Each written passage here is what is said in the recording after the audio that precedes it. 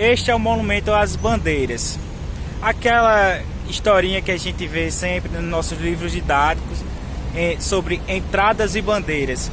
O povo de São Paulo, de certa forma, se orgulha, e outros também detestam essa história da bandeira, porque era um movimento muito cruel. Mas este monumento foi criado para manter a história do Brasil, beleza? Mas o que eram as entradas e o que eram as bandeiras? Bem, entradas era um movimento financiado pela coroa portuguesa no século XVIII para colonizar o interior do Brasil. Foi este movimento que fez com que a linha do Tratado de Tordesilhas fosse quebrada e fosse expandida mais a oeste. Então as entradas elas iam demarcando território. O que é que se fazia com as entradas?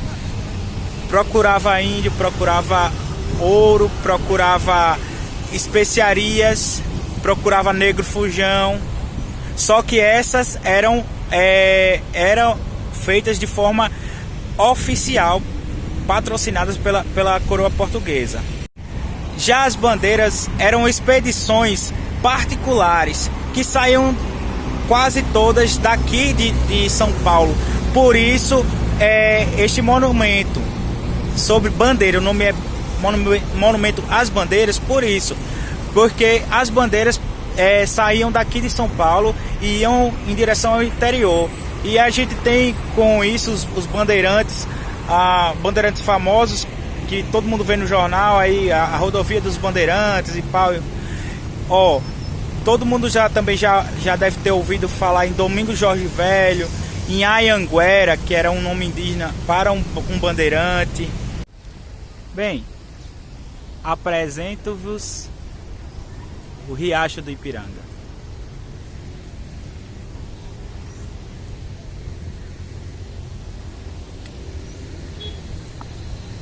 Bem, qual a importância deste riacho, hoje extremamente poluído, para o Brasil? Na margem deste riacho, no dia 7 de setembro de 1822, o Brasil foi declarado independente de Portugal e Algarve. Agora vamos para aquele resumão sobre a história da independência do Brasil. O Brasil era a colônia de Portugal e o rei, ou a monarquia portuguesa, estava fugindo de Napoleão Bonaparte, imperador da França, e vieram para o Brasil em 1808. Mas em 1815 há um grande avanço para a colônia brasileira, pois o Brasil foi transformado de colônia para Reino Unido de Portugal e Algarve.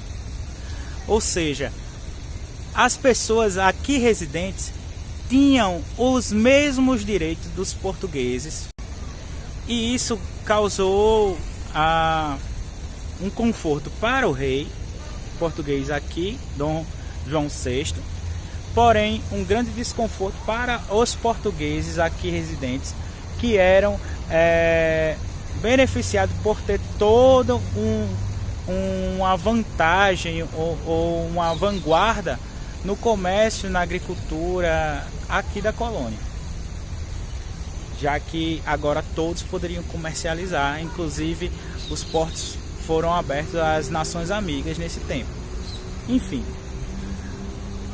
em 1820 Portugal passa por uma revolução chamada a Revolução do Porto, tentando uma independência, uma proclamação de república, ou até mesmo a tirada da família real do poder. Então Dom João VI se vê forçado a voltar a Portugal, e sabendo logicamente que se ele fosse com toda a família para Portugal, o Reino Unido do Brasil iria descer novamente para o status de colônia, e isso deixaria todos aqui extremamente descontentes. Então ele deixou seu filho mais velho, Pedro de Alcântara. Só que 2 anos à frente, em 1822, Pedro fica sendo forçado a também voltar a Portugal, porque o seu pai já estava a falecer e o trono português iria ficar sem o herdeiro. Porém, existiu uma certa pressão da sociedade brasileira, sociedade carioca, dos apoiadores de Pedro de Alcântara e da sua esposa, a Dona Leopoldina. Então Pedro diz: eu fico. Pedro ficou, mas as pressões continuaram. Então, independência ou morte! chegamos à Casa do Grito. Esta casa, que recebeu o nome do Grito por causa do Grito da Independência, não foi construída para abrigar Dom Pedro. Esta casa era um ponto de apoio dos tropeiros que desciam a Serra do Mar para Santos, saíam daqui de São Paulo para Santos. E dos apoios possíveis era o Riacho do Ipiranga, que dava de beber a seus animais e a eles próprios. E aqui era um comércio. Bem, Dom Pedro vinha subindo a serra, pois ele estava visitando a Domitila, que é a Marquesa de Santos, com quem ele mantinha um relacionamento extraconjugal. E aqui esperava uma comitiva com 3 cartas.